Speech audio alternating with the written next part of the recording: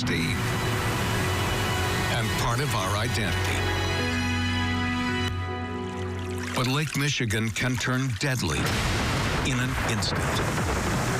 Every year, dozens of lives are lost in the waves. Tonight, a look at the danger spots and the conditions to watch out for. Plus, we'll show you how to stay safe in the water, on a boat, and on the beach. This is a special presentation from Storm Team 8, Dangerous Waters. Thank you for joining us. I'm Storm Team 8 Chief Meteorologist Ellen Baca.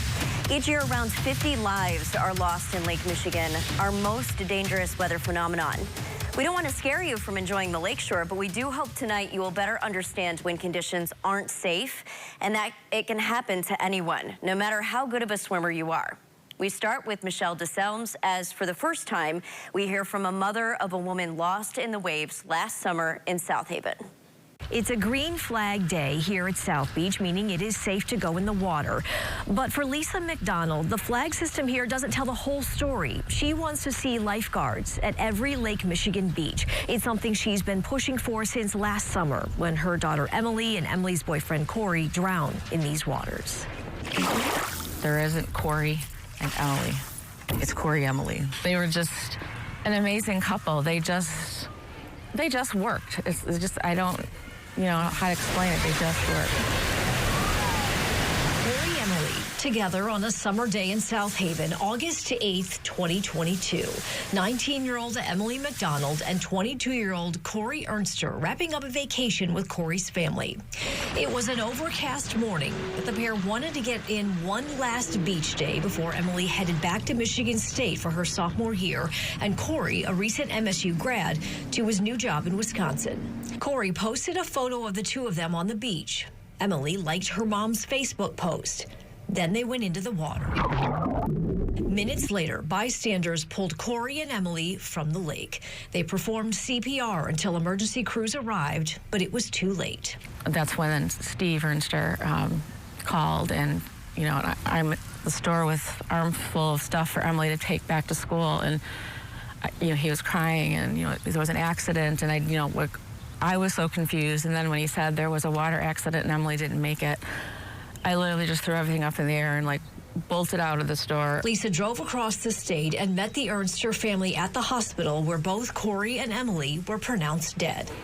It just hit me so hard because Emily's my daughter, so of course I'm going to grieve for her. But Corey and Emily spent so much time together, and they shared all their hopes and dreams with me, that to find out I lost him too, I got double hit. Along with the shock and the grief came the questions.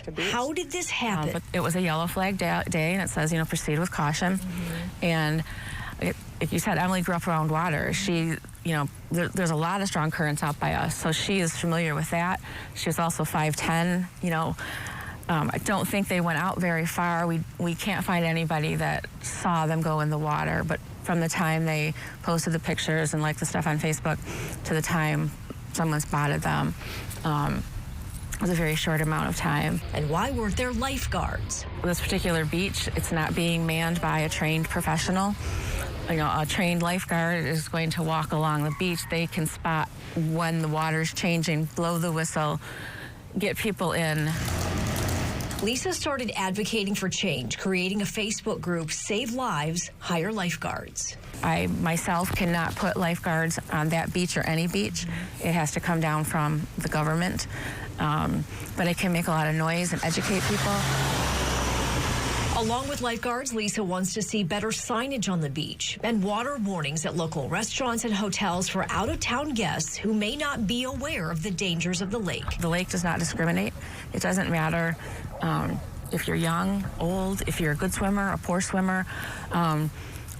All types of people have drowned in Lake Michigan. Lisa's goal now, educating as many people as possible about the water, cautioning kids and parents, and the Corey Emilys out there spending one last day at the beach. We're going to be together forever, and this is not the way any of us anticipated them being together. Lisa says she's pleased with some of the changes that have been made in South Haven, but says she won't stop advocating until there is a lifeguard on every beach across the state.